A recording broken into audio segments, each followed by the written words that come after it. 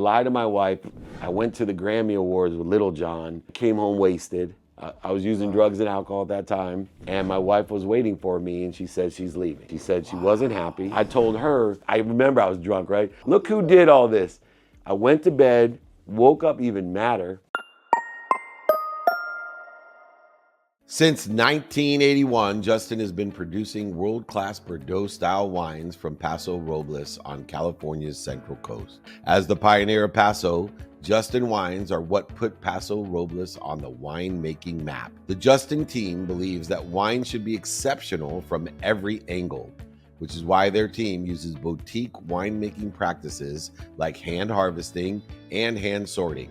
With a rich history of accolades, Justin produces exceptional wines and is proud to be America's #1 luxury Cabernet. Whether you're the first-time wine drinker or a wine aficionado, Justin has a wine for every celebration and occasion. Visit justinwine.com and enter promo code PLAYBOOK20 for 20% off your order.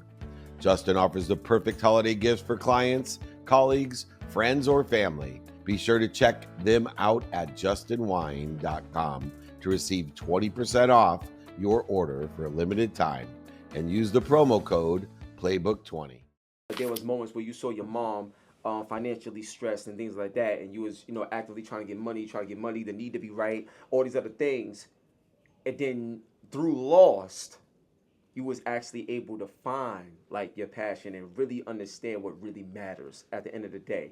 So now we here at this book, Connected to Goodness. What are you connected to, and what is that goodness that continues to give you joy? That is a great question. My life changed when I lost everything. I lost over $100 million, went bankrupt.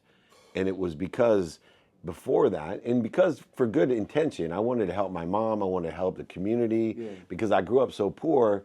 And a lot of guys that grew up poor, I've worked with so many athletes, celebrities, and entertainers, we feel responsible for all the people that we grew up with. And so I always wanted more. I wanted more money, more happiness, more health, more wealth. And by losing everything, I realized that I already had it. I had to figure out what I was doing to interfere with it. Because there's one simple thing about this book, and I'm very pragmatic in the way that I teach it. I have a lot of business experience. I work with Napoleon Hill Institute and how Think and Grow Rich works. And for me, it was, I am happy, I am healthy, I am wealthy, I am worthy. What am I doing to interfere with it? So I teach people how to figure out what you're doing to interfere with one thing. Wow. Something bigger than you, that loves you, protects you, and promotes you more than your mom.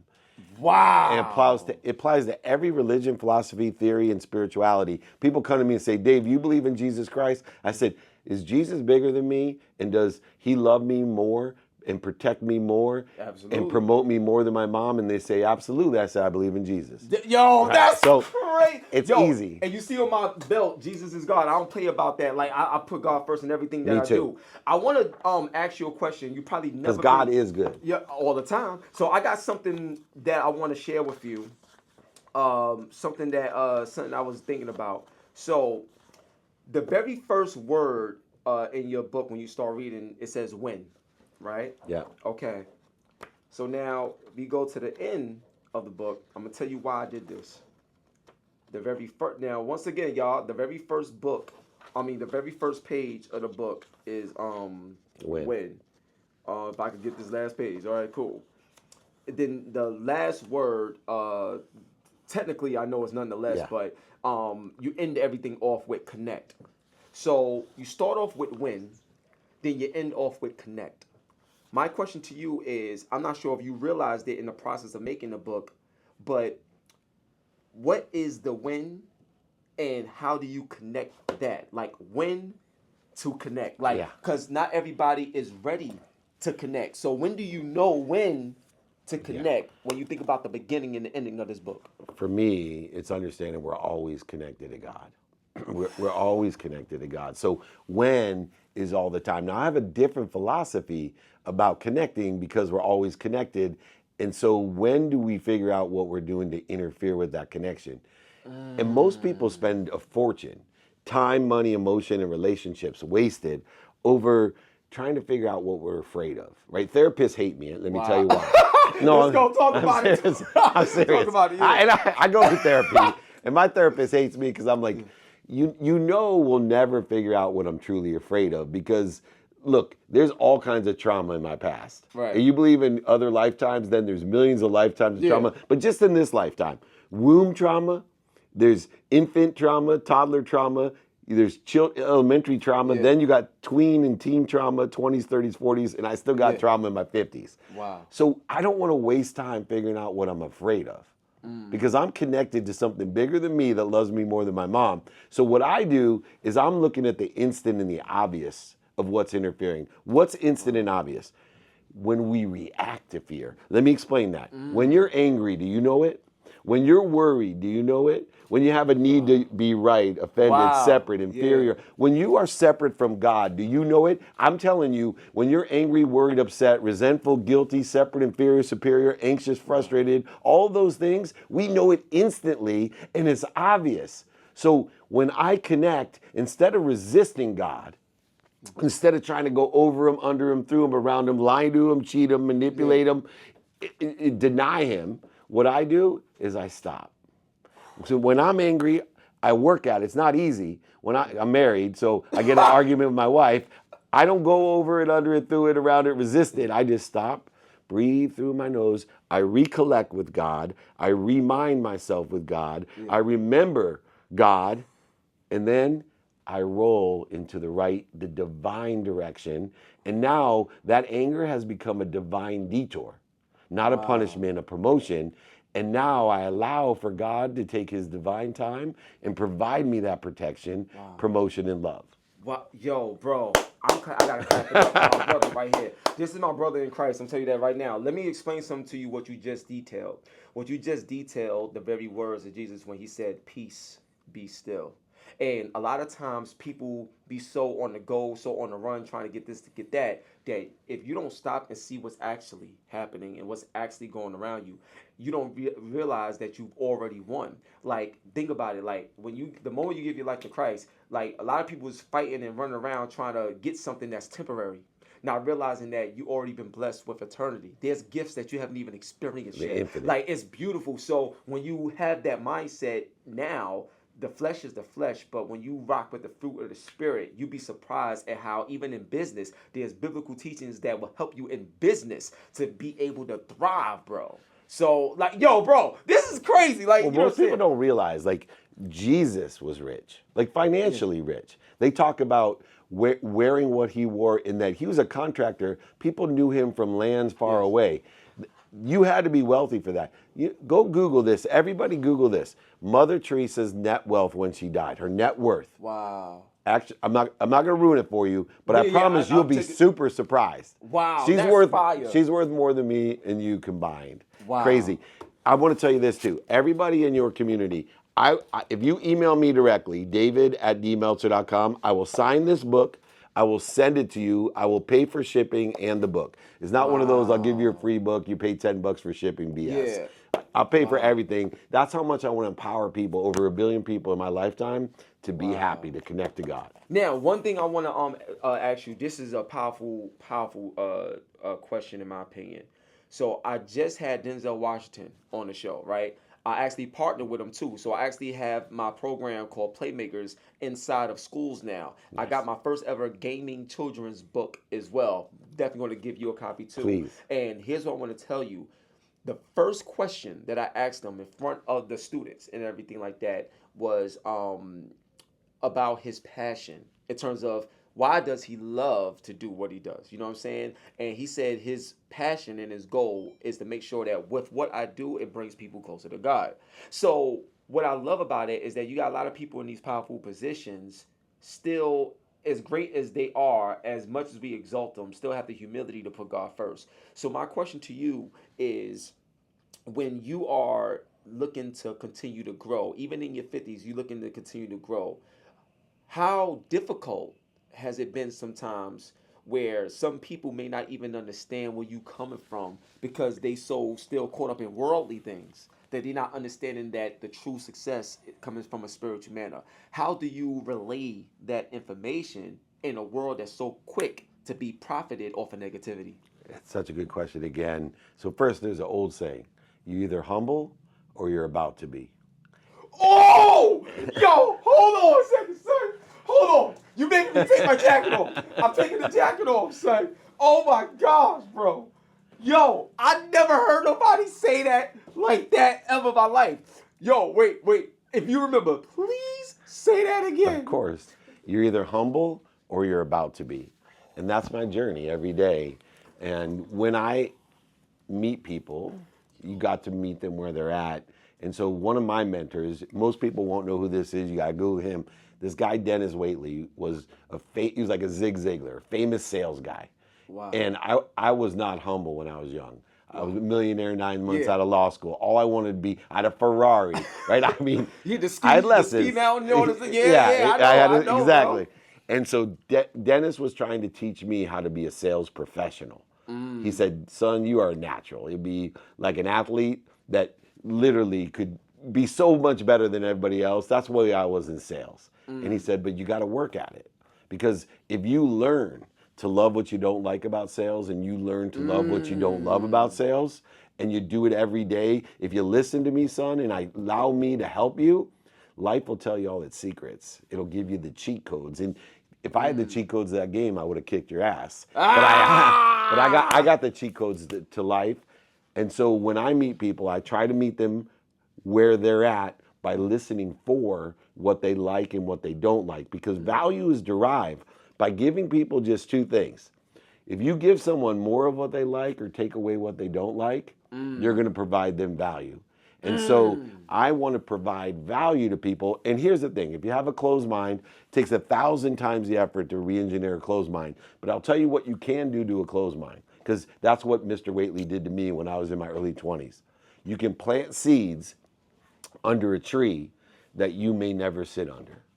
And when you watch my content out there, I'm planting seeds under trees, and people will come to me and look, you talk about Gary Vee, a good friend of mine. Yeah. He tells me all the time, there's so many people that don't like me when they first meet me. They think I'm full of, and I'm planting seeds, and here I am 10 years later, and they're like, Gary, you changed my life. Yeah. Because you planted a seed under a tree that you may never sit under. And so my job is to provide value, give people what they like, take away what they don't like, and plant seeds when they have a closed mind for when the mind opens up, then the roots will grow deep and the tree will grow fast. This show is brought to you by BetterHelp. Therapy is a great tool for facing your fears and finding ways to overcome them, because sometimes the scariest thing is not facing our fears in the first place and holding ourselves back. It's helpful for learning positive coping skills and how to set boundaries. It empowers you to be the best version of yourself. It isn't just for those who've experienced major trauma. If you're thinking of starting therapy, give BetterHelp a try. It's entirely online, designed to be convenient, flexible, and suited to your schedule. Just fill out a brief questionnaire to get matched with a licensed therapist and switch therapists anytime for no additional charge. Overcome your fears with BetterHelp. Visit BetterHelp.com/playbook today to get a 10% off your first month. That's BetterHelp, HELP.com/playbook. Imagine starting a small business, your first customer, first hire, first real paycheck. But everything isn't just exciting, it's scary. That's where JustWorks come in, the all-in-one platform that supports small business growth.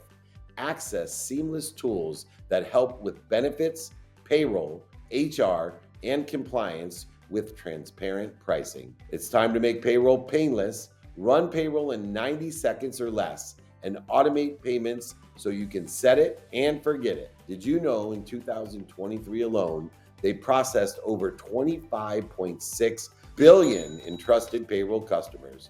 Don't worry about the paperwork piling up either. They take care of payroll tax documents and reporting to help you stay compliant. Visit justworks.com/podcast to join the thousands of small businesses that trust JustWorks to take care of payroll, benefits, compliance, and more. That's justworks.com/podcast. Now, I gotta ask you this, man, because this is like such a moving interview, bro. So the part about being humble. You said if you're not humble, you're humble or you're about to be. Yeah, either you're humble or you're about to be. Exactly. So now, here's my question to you. What specific moment you went through that gave you the ability to say that? It actually was 2 years before I lost everything. So what had transpired before that 2-year moment, which I'll get to, is number one, when I was 30 years old, my dad, we had an estranged relationship. He gave me a jacket for my birthday, my 30th birthday, with no pockets. I was furious. He told me I was just like him, that I thought money would buy happiness, and he was trying to teach me not to be like him. I wasn't ready. I had a closed mind. I told him, F you, I hate you. I'm nothing like you. You're a liar, a cheater, a manipulator, overseller, F you. 6 years after that, I'm running the most notable sports agency in the world with Warren Moon, who wrote the foreword to my book. And my best friend tells me that he's not going to go to the Masters with me because he doesn't like what I'm doing and who I hang out with. I told him, F you, I hate you. Now, 2 weeks later is that moment that I'm talking about, that humbling moment. I'm worth over $100 million. I live in my dream house, married to my dream girl from the 4th grade, 3 beautiful girls, healthy, happy, under 10 years old. And I lied to my wife. I went to the Grammy Awards with Little John, and I came home wasted.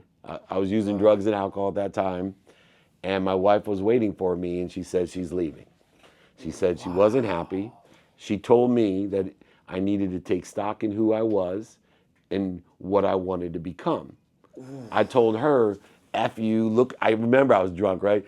Look around you. Who do you think did all of this? That's where my humility level was, right? Look who did all this. I went to bed, woke up even madder. I remember telling myself, I hate my mom because she's always telling me I was lost. I hate my dad. I hate my best friend, and I hate my wife. Why does everybody else love me? Why does everybody else treat me with respect?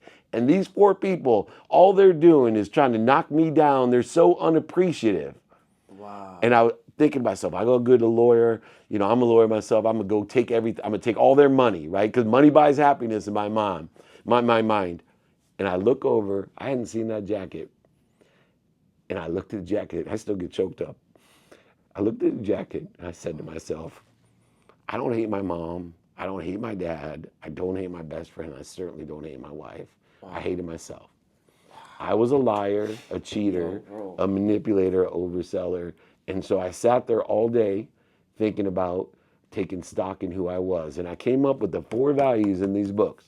Gratitude, that's who I was. Forgiveness, accountability, and inspiration, effective communication. And so that's when I started the outline for this book. That's when I started to change my life. That's when God came into my life that I am, and I got rid of all the other things I was doing to interfere with it. And the best thing for me is I saved my marriage, and my wife, so wise, she didn't give me an ultimatum. I begged her to stay with me. I told her I would make these changes, and she said, as long as you try. She didn't say, oh, next time I see you drinking, I'm leaving. Next time I see you because she's so old soul, she said to me, as long as every day I see you trying, I know you're going to get there. I know you will, and I want to stay with you. And 2 years later, I lost everything, over $100 million, and she stuck with me there, but I was in a position to handle it. Because when your purpose is greater than your pain, and trust me, there's a lot of pain when you lose that much money, and people throw down at you and blame you, and all the shit that goes on, you couldn't even imagine. But my purpose was greater than my pain because my purpose was connected to God, connected to goodness, and I just had figured out all the things I was doing to interfere with it. That day I was promoted, protected, and loved, and that's what got me here 17 years later to a better place, making more money, helping more people, and having more fun because I live with a purpose connected to something bigger than me that loves me more than my mom. Yo, bro, no, bring it in, bro. Oh my gosh. Bro, this is like one of the realest interviews I've ever done in my life. And I've done tons, man. And I'm going to tell y'all something. This is my first time meeting him in person. You know what I'm saying? I knew of him. I knew you was involved with the Global Gaming League. And I'm talking to Clinton and everything like that. And when Ashley was like, yo, I gotta tell you something, hip hop. I'm like, yo, you know David Meltzer? I'm like, yeah, I know David Meltzer. What? Yo, I got him. What do you mean you got him? Listen. You need to understand how excited. Like I was. I'm gonna be back. Like you know, this is now my new home. yo, bro, you gotta understand how excited I was. And then, you know, a lot of times when you read about somebody and you know there's a book and you promote and all this other stuff, I'm just excited to meet you. And you never know what God is gonna do. Like you could think about this, plan that. No. When God do something, you know it's God because you had no clue of how it was gonna, be executed, right? What I'm gonna tell you, man, earlier when I was telling you about my grandmother, who taught me how to play video games when I was 4. When my grandmother passed away, man, I was holding her hand. Like the last breath that she took, I'm holding her hand. And then I stopped everything. I wasn't gonna do no more gaming, no nothing. I just didn't have it in me. And then it was 2 weeks later. And it was as if God was like, so you're going to give up everything that your grandmother worked for to give you the opportunity and you going to throw it all away?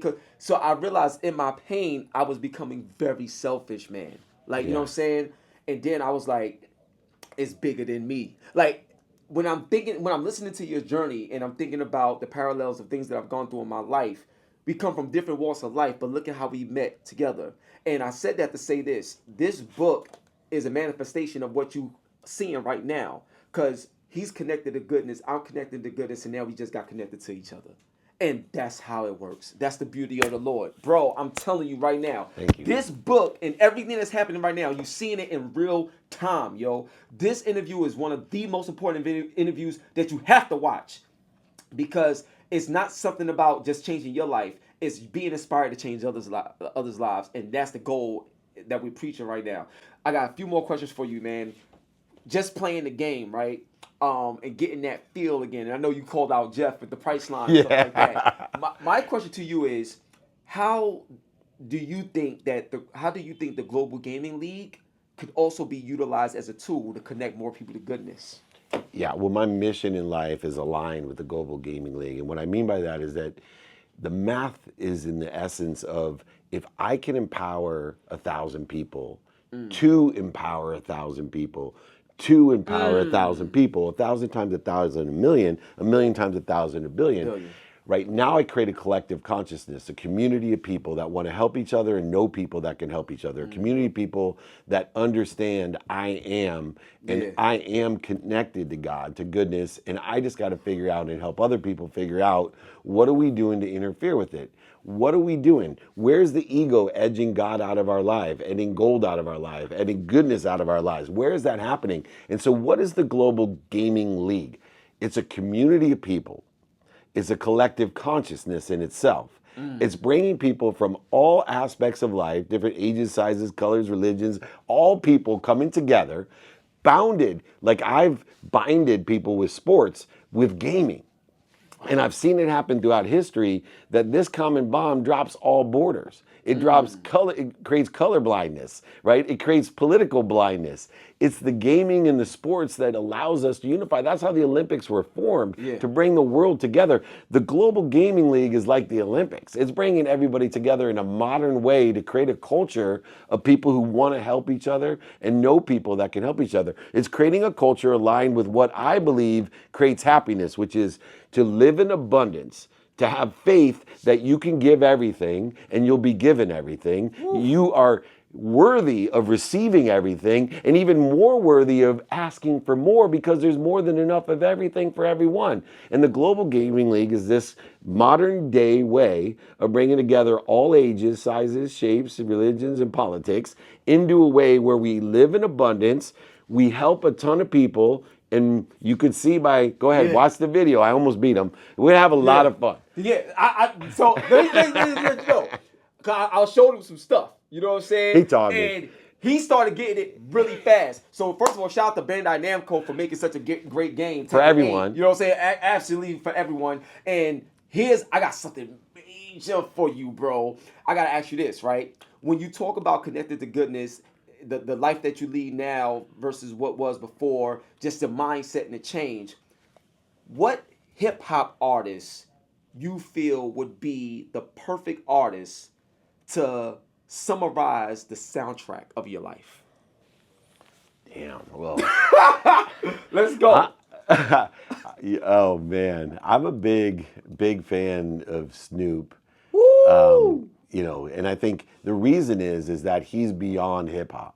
Oh yeah, right. Far. I mean, watch him in the he's everywhere for everyone. Yeah. And he's local to me, right? He's West Coast. Yeah. And I've been blessed that we've coached his kids. I've mentored his son in business, Cordell. Wow. Oh, for real? Yeah. Yo, shout to Cordell, because I know he's working on his game and joint with the Death Row stuff. Yeah. Yo, keep going. I've been to Death Row. Going. So Snoop to me, you know, he's beyond all the bullshit. Yeah. Right? Martha Stewart and Snoop at the Olympics. Yeah. You know, we have, believe it or not, the Hip Hop Hall of Fame with Tupac, and my wife is literally a middle-aged rapping mofo. She's like 5 feet, so we're old school. But I think Snoop by far, he's more mass mainstream.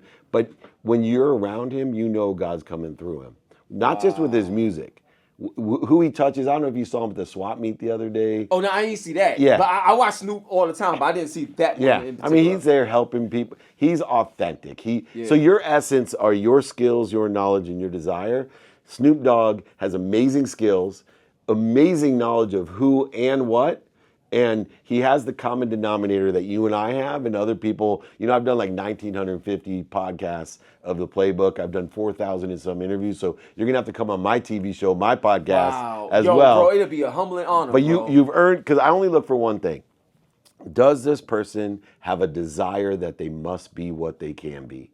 And you have that desire. Snoop has that desire, but that desire, Denzel has that desire. Yeah. You must be what you can be, and we all know what we can be because we're connected to and through something bigger than us that loves us more than our mom. Yo, or grandma. Bro, or grandma. Yo, I love it. So I got 2 more questions, then we're going to wrap this up, man. Now, my next question is, and this is very interesting because when it comes to business, a lot of times it's hard for people to say no. Like, you know what I'm saying? They see an opportunity and they just want it because they see the dollar signs, but they may not see the bigger picture, right? So I'm going to give you an example of me, and I would love for you to share, like, an experience with yourself. So when I was 14, right, me, my brother, and my cousin, we got off in a record deal. And just let you know, like, MC Shan was literally going to sign us and stuff like that as well. And there was this guy. We did a school talent show at IS 292 in Brooklyn in my junior high school, right? I'm gonna tell you how far back this was. If you remember this dude named Crazy Sam, there was a dude named Crazy Sam back in the day. He loved us, crazy. We had on these Parasuco jeans and stuff like that with the line down, and it was nuts. We did a great performance. So then what happened is there was a gentleman by the name of Meatloaf, right? And like he wanted 20% of the whole thing. He introduced us to some people. And when I tell you, I'm 14 at the time, and I'm full blown gangster, hardcore, Brooklyn. I don't give a that's how I was, right? And it was nothing but God. But at the time, I wasn't sure what was going on.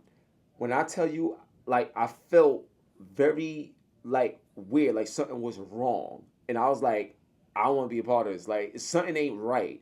And my grandmother always kept me in church, always kept me around, but something wasn't right, David. And I didn't sign. And they wouldn't sign individually. So whoever didn't want to sign, nobody got a deal then. And I just said no. Now, just imagine, stop right there.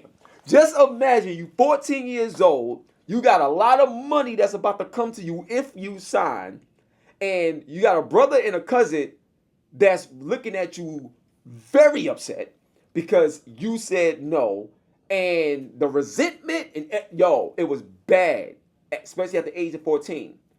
And now I'm 41, bro, and it was one of the best yet most important decisions I ever made in my life, simply because I said no. So my question to you is, what was your biggest no that turned you into a legendary author, entrepreneur today that got you connected to this goodness, man? I'll tell you, first of all, You're made by the people you say no to, not by the people you say yes to. You're made by them. I can't hold this. I can't do. Yo, what's going on? I can't do. Let me come back. I can't do this. It's too much, David. Yeah. It's too. Oh my gosh, that is. So relative to this book and to what I do and how I do it to empower over 1 billion people to be happy, when I wrote this book, I was offered a lot of money to publish and distribute this book. And none of the big publishers, I won't mention their names, they won't let me give it for free. Because it would cannibalize the sales. Wow, yeah. And, when you're a first-time author, now I've written a lot of books since then, but I told them unless I could give it away for free, and I'm going to, like I said, david@dmeltzer.com, I will sign it, send it to you, pay for shipping and the book, but I demanded to move forward, I have to be able to give it for free because that wasn't aligned with my timing and risk tolerance, my mission, and none of them would do it. And so for me, I think my entire community, I wouldn't have had the authenticity, the real purpose of my life would have been disseminated or denigrated by the fact that I was making money off of people. Here's what's so funny about it. You got to hear me on this. Last year, in 2023, I gave away over 20,000 books. This year, I'm going to give away over 100,000.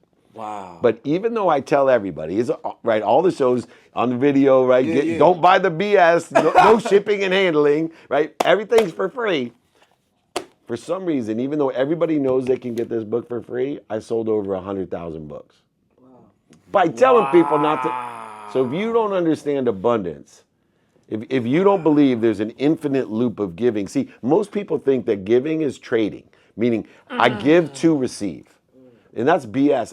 That's the more, even the more you give, the more you receive has a trade in it.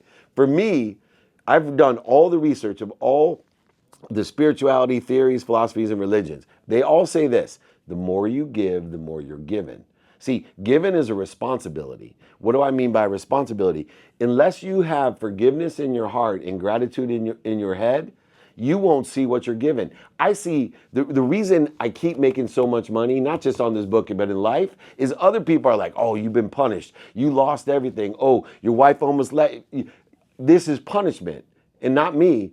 I look to God and say, God, what am I given by this? What are you trying to show me? Where's this divine detour supposed to take me so I don't ever feel punished? I had to go to my mom's house worth over $100 million, tell her I went bankrupt, but worse, that she had to move because this idiot, Mr. Humble, forgot to take my name off her title, so she lost her home and had to move.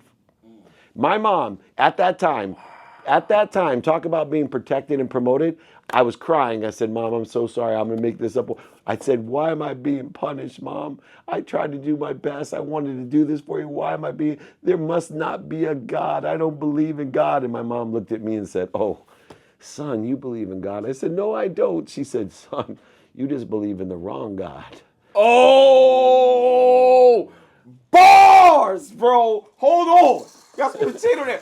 Bars, bro. That is, go ahead, man. Keep talking. And so that's the moment of no punishment. Yes, I made mistakes, but if I could take those mistakes as a divine detour in a divine direction, a higher direction, and allow for divine time to reveal through gratitude and forgiveness, finding the light, the love, and the lesson in the lowest basements, right? My basement had a basement that day. It did. Wow. But I found the light, the love, and the lessons. And now those moments of saying no, those moments of losing, mistakes, setbacks, and failures become promotions of extraordinary size, scope, and scale so that you're capable of having a purpose so great that you can withstand so much pain. Remember this about pain. You don't have a choice about pain. You're going to get, especially if you're an entrepreneur like me, you're going to get kicked in the face every day. Yeah. But you know what you do have a choice about? Struggle. See, struggle's a choice. I don't struggle. I have pain in my life and I have promotion, but I choose not to struggle. I choose to learn by using gratitude to find the light, the love, and the lessons and forgiveness of myself for the mistakes that I've made, so I utilize learning them to get to where I want to be or better. Yo, bro, Dave, thank you so much. Listen, let me tell y'all something right now. This right here And just from speaking with David, it's one thing to watch it, but it's another thing to like be present, like with him. Like, you know what I'm saying? This book right here is more than a book. It's more than just the words. It's more than just the pages. Like, this is how you truly change somebody else's life through your humility that will come from reading this book. This interview right here, I believe, will humble a lot of people that watch it. It is very, when I tell you, man, it's an honor, bro. It's an honor to be able to do what I do, to have people like you to talk to, because through the conversation, there's medicine. I pray that y'all received it. Real talk. One love and God bless. Make sure y'all follow my brother David Meltzer. Please follow him. Watch his office hours on Instagram. I'm in tune, bro. I'm with you. I'm putting him on the show. I'm with you, bro. Like, watch his office hours. This is what it's all about. Period. If we could push stuff like this more, we can see a better balance and results that we see today. Right. One love. God bless. You rocking with the GOAT of the game, HipHopGamer, and the GOAT of entrepreneurship, David Meltzer.